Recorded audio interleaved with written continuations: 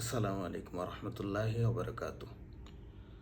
আজকে কথা বলবো উম্মে হারাম বিনতে মিলহান রাদিয়াল্লাহু তাআলা আনহার ব্যাপারে, যিনি নাকি প্রথম মুসলিম নৌযোদ্ধা বা প্রথম মুসলিম যে নৌবাহিনী ছিল ইসলামের, সেখানে সামিল ছিলেন। তো তার জীবনের কাহিনীটা খুবই চমকপ্রদ এবং খুবই ইন্সপিরেশনাল আমাদের জন্য।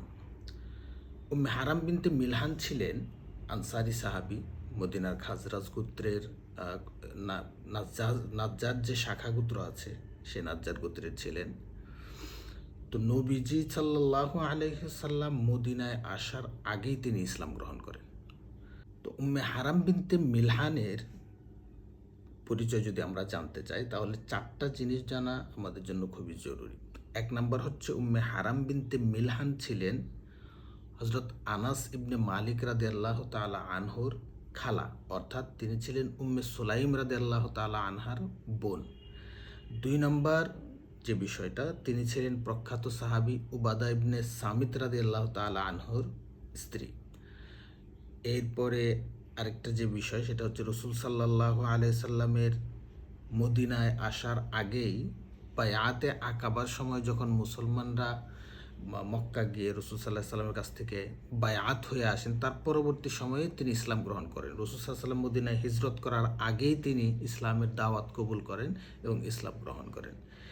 এবং চার নাম্বার যেটা আমরা বললাম আগে, যে তিনি ছিলেন প্রথম যে নৌবাহিনী গঠন হয়েছিল ইসলামের, সে নৌবাহিনীর প্রথম নৌযোদ্ধা হিসেবে তিনি সেই নৌবাহিনীতে সামিল ছিলেন এবং ইসলামের বিজয়ে সামিল ছিলেন। তো উম্মে হারামের প্রাথমিক জীবন বলতে হচ্ছে ইসলাম গ্রহণের পরের যে জীবন, সেই জীবনে আমরা যতদূর জানি, ইতিহাস এবং সিরাতের মধ্যে আমরা যতটুকু পাই, সেটা হচ্ছে যে উম্মে হারাম বিনতে মিলহান রাদিয়াল্লাহু তাআলা আনহা আগে একটা বিয়ে হয়েছিল। তার প্রথম স্বামীর নাম ছিল আমর ইবনে কায়েস, এবং এই আমর ইবনে কায়েসও একই সময়ে হযরত হারামের প্রায় সমসাময়িক সময়ে দুজনেই ইসলাম গ্রহণ করেন।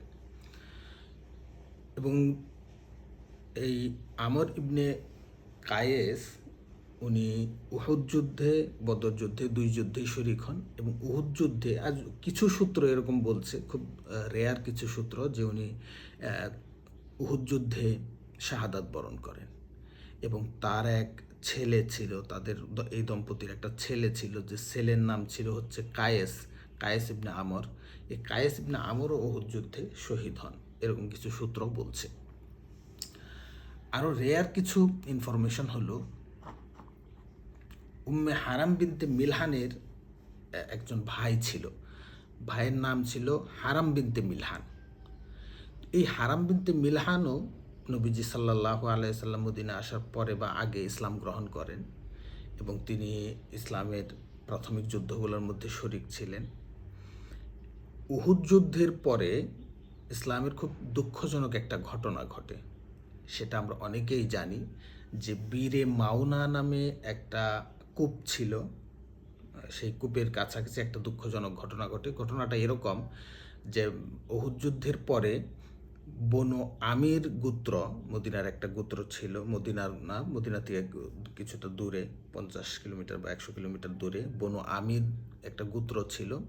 সেই গোত্রের লোকজন, সেই গোত্রের যে আমির ছিল, প্রধান ছিল, তার নাম ছিল আমির ইবনে তুফাইল।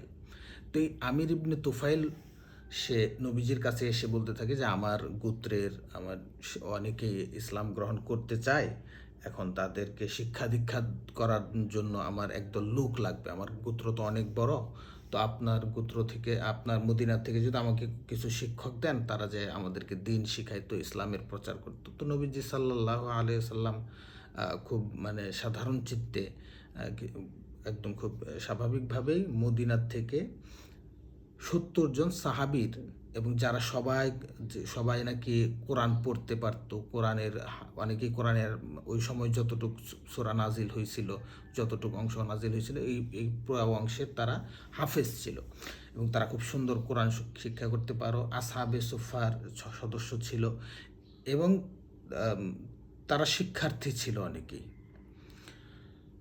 তো তাদের এরকম 70 জনের একটা দল রসুল সাল্লাল্লাহু আলাইহি সাল্লাম এই আমির ইবনে তুফাইলের নেতৃত্বে তার গোত্রের জন্য পাঠিয়ে দেয়। তো আসলে এটা ছিল একটা ধোঁকা। এই গোত্র তারা কুরাইশ এবং বিভিন্ন ইসলাম বিদ্বেষী গোত্রের সঙ্গে একটা সমঝোতা করছিল যে তারা মুসলমানদেরকে হত্যা করবে, ধোঁকা দিয়ে নিয়ে আসা, বিনিময়ে তাদেরকে এইটা দেওয়া হবে। তো সেই ধোঁকায় পড়ে এই 70 জন সাহাবিকে একটা ফাঁদে ফেলা হয়। বীরে মাউনা, বীর শব্দের অর্থ হচ্ছে কূপ, তো মাউনা হচ্ছে এলাকার নাম, ওই কূপের নাম। তো সেই কূপের কাছে নিয়ে তাদের সবাইকে হত্যা করা হয়। এই 70 জন সাহাবীর প্রায় সবাইকেই সেখানে নির্মমভাবে হত্যা করা হয়, শহীদ করা হয় তাদেরকে। তো হজরত হারাম ইবনে মিলহান যিনি ছিলেন, হারাম বিনতে মিলহান রাদিয়াল্লাহু তাআলা আনহার ভাই, তো তিনিও সেখানে শাহাদাত বরণ করেন। এবং তাকে যখন বর্শা দিয়ে পিঠের মধ্যে এভাবে পিছন দিক থেকে আঘাত করা হয়েছিল, তখন মৃত্যুর দ্বার প্রান্তে যখন তিনি চলে আসেন, তখন তিনি এই কথা বলছিলেন, ইয়া রব্বে কাবা, হে কাবার রব, আজ আমি সাফল্যমণ্ডিত হয়ে গেলাম, আজ আমি সফলতা অর্জন করলাম। মৃত্যু তার কাছে একটা সফলতা ছিল। তো যাই হোক, উম্মে হারাম বিনতে মিলহান, উনি যখন ওনার স্বামী উহুদ যুদ্ধে ইন্তেকাল করে, শাহাদাত বরণ করেন, তো শাহাদাত বরণ করার পরে উনি নতুন করে বিয়ে করেন উবাদা ইবনে সামিত রাদিয়াল্লাহু তাআলা আনহুকে, মদিনার আনসারি সাহাবী। তো তো এই আনসারি সাহাবী এরা বসবাস করতেন হচ্ছে কুবাপল্লীতে, মদিনা থেকে কিছুটা দূরে, কয়েক কিলোমিটার দূরে কুবাপল্লী। সেই কুবাপল্লীতে তারা বসবাস করতেন। তো এই কুবাপল্লীতে তাদের যে বাড়িটা ছিল, এই বাড়িটা ছিল একটা খেজুর বাগানের মধ্যে, এবং খুব ছিমছাম সুন্দর একটা বাড়ি ছিল। রসুল সাল্লাহ সাল্লাম যখনই কুবাপল্লীতে আসতেন বিভিন্ন কাজের সূত্রে, তো রসুল সাল্লাহ সাল্লাম তাদের বাড়িতে উঠতেন, তো তাদের বাড়িতে খাওয়া দাওয়া করতেন এবং সেখানে খাবার সময় কাটাতেন, তাদের সঙ্গে গল্পগুজব করতেন, সেখানে বিশ্রাম নিতেন। তো এমনই একদিন রসুল সাল্লাল্লাহু আলাইহি সাল্লাম কুবাপল্লীতে আসছেন। আসার পরে উনি হজরত হারাম বিনতে মিলহান এবং উবাদা ইবনে সামিতের যে ঘর, যে বাড়ি, সেইখানে আইসা উঠছেন। খাওয়া দাওয়ার পরে উনি সেখানে দুপুরবেলা একটু ঘুমাইছেন। তো ঘুমানোর পরে হজরত মিলহান রাদিয়াল্লাহু তাআলা আনহা, হারাম বিনতে মিলহান রাদিয়াল্লাহু তাআলা আনহা, উনি কাছাকাছি ছিলেন। তো ঘুমের মধ্যে হঠাৎ করে রসুল সাল্লাহ সাল্লাম জেগে উঠছেন এবং জেগে উঠে উনি মুস্কি হাসতেছেন। তো হারাম জিজ্ঞেস করছেন, হে আল্লাহ রসুল, আপনি মুস্কি হাসতেছেন কেন?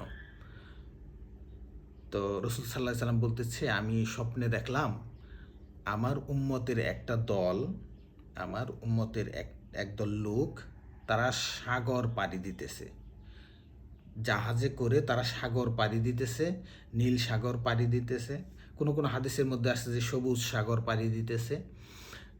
তো সেই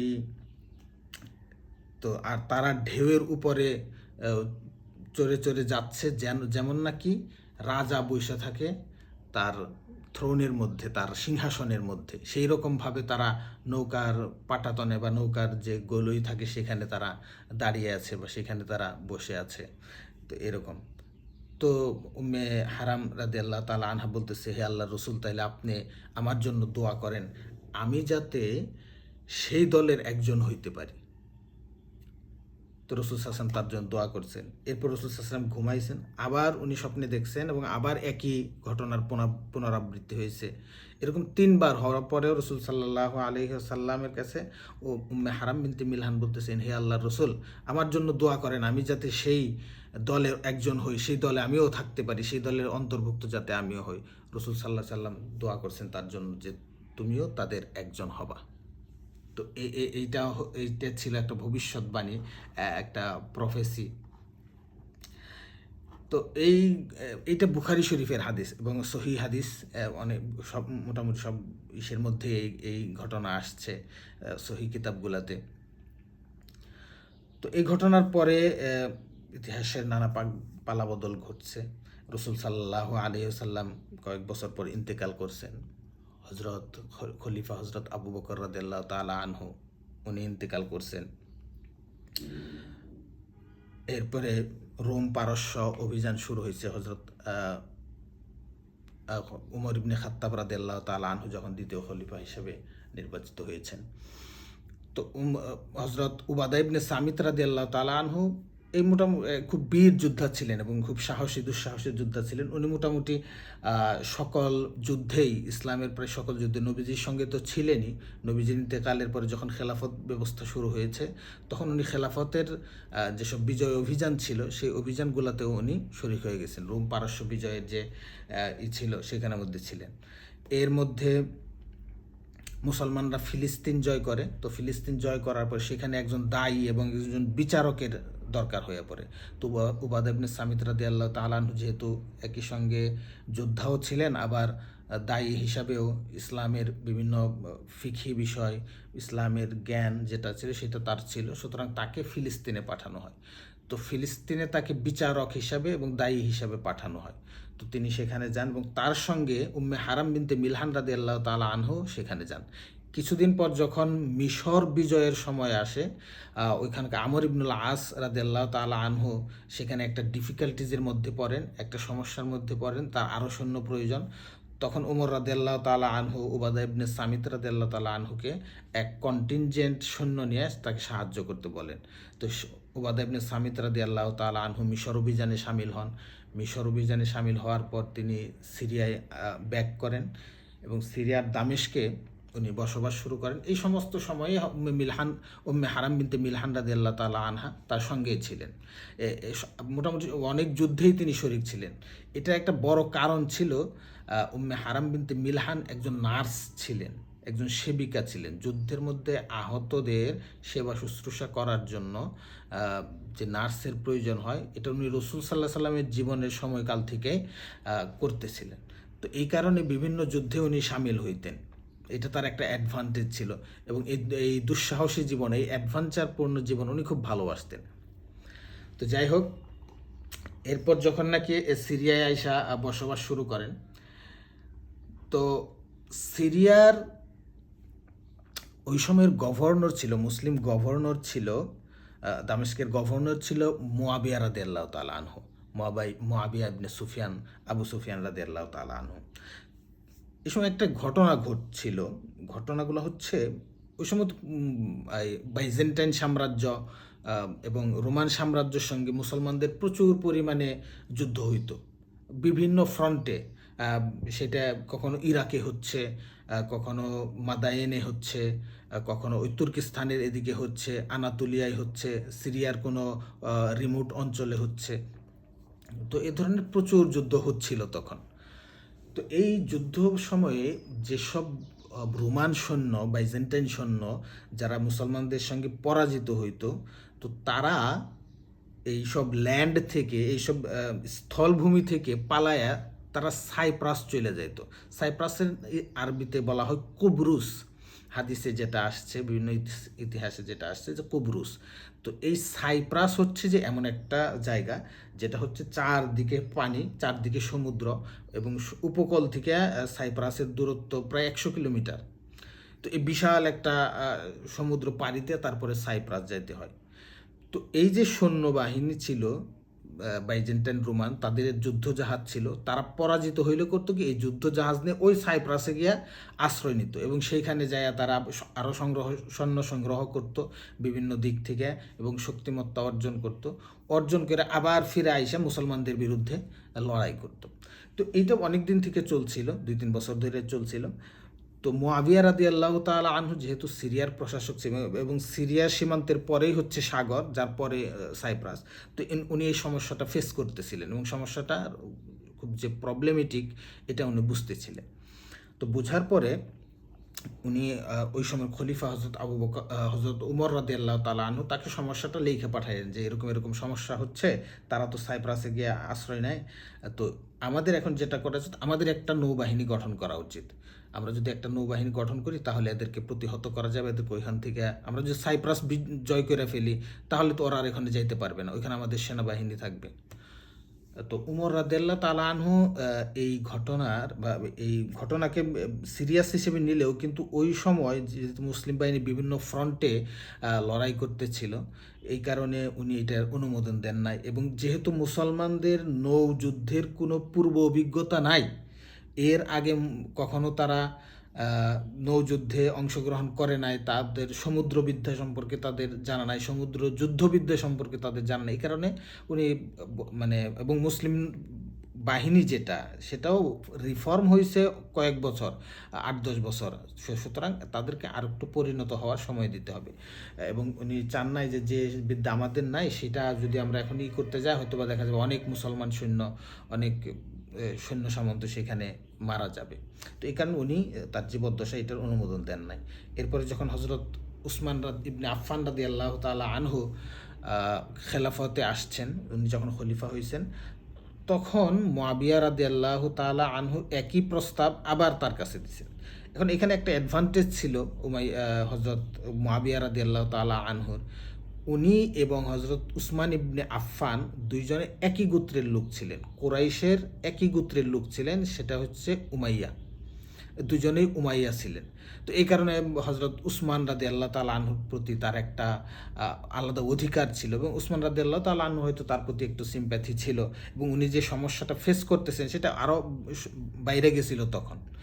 তো এই সমস্ত কিছু নিয়ে হজরত উসমান রাদিয়াল্লাহু তাআলা আনহু এই যে নৌবাহিনী গঠন এবং সাইপ্রাস বিজয়ের যে অভিলাষ সেটা উনি অনুমোদন করলেন। তবে তিনি একটা শর্ত দিলেন, তিনি বললেন যে এইখানে নিয়মিত যে মুসলিম বাহিনী তাদেরকে সামিল করা যাবে না। তাহলে কিভাবে করতে হবে? হযরত উসমান রাদিয়াল্লাহু তাআলা আনহু বলে দিলেন যে তুমি ঘোষণা করবা যে আমরা সমুদ্র যাত্রায় যাচ্ছি, আমরা নতুন নৌবাহিনী গঠন করতেছি, আমরা সমুদ্র যাত্রায় যাব, সাইপ্রাস বিজয় করব, সমুদ্র পাড়ি দিয়ে সাইপ্রাস যাব। এখন কোনো মুসলমান যদি আমাদের সঙ্গী হইতে চাও, আমাদের সঙ্গে যুদ্ধ করতে যাইতে চাও, তাহলে তোমরা যাইতে পারো। তো এটা হবে স্বেচ্ছাসেবক একটা কন্টিনজেন্ট, যেখানে নিয়মিত যোদ্ধাদেরকে বাধ্য করা যাবে না। নিয়মিত যোদ্ধাতে কেউ যদি আসে এখানে তাহলে সেটা ভালো, আর যদি না আসে তবে নিয়মিত যোদ্ধাদেরকে এখানে ইনক্লুড করা যাবে না। তো এই এই এই ঘোষণা হয়ে গেল। তো হযরত মুআবিয়া রাদিয়াল্লাহু তাআলা আনহু এই ঘোষণা দিলেন। ঘোষণা দেওয়ার পর দেখা গেল যে অনেকেই তার সঙ্গে যুক্ত হয়েছে, অনেক, এমনকি তাদের সঙ্গে অনেক সাহাবিও ছিল। যখন উনি বললেন যে আমি একটা নৌবাহিনী গঠন করতে চাইতেছি এবং আমরা সাগর পাড়ি দিয়া সাইপ্রাসে যাব এবং সাইপ্রাস বিজয় করব, তখন অনেক সাহাবি তার সঙ্গে যুক্ত হলেন। তাদের মধ্যে ছিলেন আবু আইয়ুব আনসারী রাদিয়াল্লাহু তাআলা আনহু, এরপরে খালিদ ইবনে যায়েদ আল আনসারী, শাদ্দাদ ইবনে আউস, আবু যর গিফারির মতো একজন মহান সাহাবী সেখানে ছিলেন, উবাদা ইবনে সামিত, যিনি নাকি হযরত উম্মে হারাম বিনতে মিলহান রাদিয়াল্লাহু তাআলা আনহার স্বামী ছিলেন এবং যিনি ওই সময় সিরিয়ায় অবস্থান করতেছিলেন, তিনি ছিলেন। এরকম আরও প্রমিনেন্ট বেশ কয়েকজন সাহাবী ছিলেন, এবং সাহাবী ছাড়াও যারা নিয়মিত সেনাবাহিনী বা ওই সময়ের বীর যোদ্ধা ছিল তাদের অনেকেই এখানে সামিল হয়ে যায়। এবং খুব ইসের বিষয়, উম্মে হারাম বিনতে মিলহান রাদিয়াল্লাহু তাআলা আনহা এই নৌবাহিনীতে, ইসলামের প্রথম নৌবাহিনীর প্রথম যে তাদের অভিযান ছিল, প্রথম যে তাদের মিশন ছিল, সেই মিশনে উনিও সামিল হয়ে যান। তো এইটা ছিল 27 হিজরির ঘটনা। 27 হিজরিতে প্রথম মুসলিম নৌবাহিনী গঠন করা হয়, এবং এই নৌবাহিনী নিয়ে হযরত মুআবিয়া রাদিয়াল্লাহু তাআলা আনহুর নেতৃত্বে তারা সাইপ্রাস অভিমুখে যাত্রা করেন। এবং তাদের সঙ্গে আমরা এতক্ষণ যার ব্যাপারে আলোচনা করলাম, উম্মে হারাম বিনতে মিলহান রাদিয়াল্লাহু তাআলা আনহা, উনি ছিলেন। এবং তাদের সঙ্গে আবু সুফিয়ানের একজন স্ত্রী ছিল যার নাম ছিল কাতোয়া বিনতে কারাজা, উনিও এই অভিযানে সামিল ছিলেন, এই নৌ অভিযানে। তো যে ভবিষ্যৎবাণী রাসূল সাল্লাল্লাহু আলাইহি ওয়াসাল্লাম আজ থেকে প্রায় 20 বছর আগে করেছিলেন, 20-22 বছর আগে, সেটা আজকে সত্যে পরিণত হলো। হযরত উম্মে হারাম বিনতে মিলহান রাদিয়াল্লাহু তাআলা আনহা প্রথম নৌ অভিযানে সামিল হইতে পারলেন। তো মুসলমানরা সেইখানে যায়, মুসলমানরা সাইপ্রাস যায় বিশাল এক নৌবহর নিয়ে। সেইখানে যায় মানে এই নেভি ফ্লিট নিয়ে সেখানে আক্রমণ করে, এবং ওইখানে যারা আশ্রয় নিয়েছিল, রোমান বাইজেন্টাইন সৈন্য জেনারেল যারা ছিল, তাদেরকে হত্যা করে বা তাদেরকে সেখান থেকে তাড়িয়ে দিয়ে তারা সাইপ্রাস বিজয় করে। তো এই যে বিজয় করে এর মধ্যে একটা ঘটনা ঘটে। তো এই যুদ্ধের সময় অথবা যুদ্ধের আগে বা পরের একটা সময় হযরত উম্মে হারাম বিনতে মিলহান রাদিয়াল্লাহু তাআলা আনহা যখন নাকি ঘোড়ায় চড়তেছিলেন বা ঘোড়ায় চড়া অবস্থায় হয়তো বা ঘোড়াটা কোনোভাবে জাম্প দিছিল বা ঘোড়াটা কোনোভাবে বিট্রে করছিল বা কোনো একভাবে উনি ঘোড়ার পিঠ থেকে পড়ে যান। তো ঘোড়ার পিঠ থেকে বা চলন্ত ঘোড়ার থেকেই হয়তো পড়ছেন। হাদিসে এই ধরনের বা ইসের মধ্যে ইতিহাসে এটা নাই, তো শুধু আছে যে উনি ঘোড়ার থেকে পড়ে মারা যান, হয়তো বা চলন্ত ঘোড়ার থেকে পড়ছিলেন এবং উনি খুবই আঘাত পান এবং এই আঘাতের কারণেই উনি মৃত্যুবরণ করেন, উনি শাহাদাত বরণ করেন। তো রসুল সাল্লাল্লাহু আলাইহি সাল্লামের যে প্রফেসি, যে ভবিষ্যৎবাণী যে তুমি তাদের একজন হবে, সেই নৌবাহিনীর একজন হবে, যে নৌবাহিনী সিংহাসনের মতো ঢেউয়ের উপরে বসে আছে, তুমি তাদের একজন হবে। তো তিনি সেই একজন ছিলেন এবং খুব সৌভাগ্যবশত তিনি তার বয়স তখন অনেক হয়েছিল, হয়তো 60 বা তার উপরে হয়েছিল। তো এই সময়ে আইসা উনি শাহাদাতের সৌভাগ্য লাভ করছেন। তো এটা ছিল রসুল সাল্লাম প্রফেসি এবং রসুল সাল্লাহ আলাইহি সাল্লাম তার ব্যাপারে যে ভবিষ্যৎবাণী করছিলেন সেটার ফলাফল। সুবহানাল্লাহ। এবং সবচেয়ে মজার বিষয় হলো তাকে সেখানে সেই সাইপ্রাসে তাকে দাফন করা হয় এবং সাইপ্রাসেই এখন পর্যন্ত তাকে যেখানে দাফন করা হয়েছিল সেখানে একটা সমাধি সমাধিস্থল বানানো হয়েছে, একটা মাকবার বানানো হয়েছে এবং সেখানে একটা মসজিদও নির্মাণ করা হয়েছে। সেই মসজিদের নাম হচ্ছে হালা সুলতান টেক্কে। হালা সুলতান টেক্কে এটা ওইখানকার যে লোকাল ল্যাঙ্গুয়েজ, সেই ল্যাঙ্গুয়েজে সেটা লেখা হয়েছে, কিন্তু সেখানে মূল নাম হচ্ছে যে উম্মে হারাম মসজিদ বা উম্মে হারাম কমপ্লেক্স। সেখানে বেশ সুন্দর একটা সাগরের তীরে একদম খুব সুন্দর একটা মসজিদ। তো সেখানে এখন পর্যন্ত সেই মসজিদটা আছে। আপনার কেউ যদি সাইপ্রাস যান তাহলে হয়তো সেই মসজিদটা দেখতে যাবেন অবশ্যই ইনশাল্লাহ। আমি যদি কখনো আমার যাওয়ার সুযোগ হয় তাহলে ইনশাল্লাহ সেই মসজিদ আমিও দেখতে যাব। তো এই ছিল উম্মে হারাম বিনতে মিলহান রাদিয়াল্লাহু তাআলা আনহার এক্সট্রা অর্ডিনারি জীবন এবং প্রথম মুসলিম নৌবহর নেভি ফ্লিটের ইতিহাস। তো আল্লাহ আমাদের সবাইকে আরও জানার, আরও জানতে চাওয়ার এবং আরও জানানোর তৌফিক দান করুক। আমিন।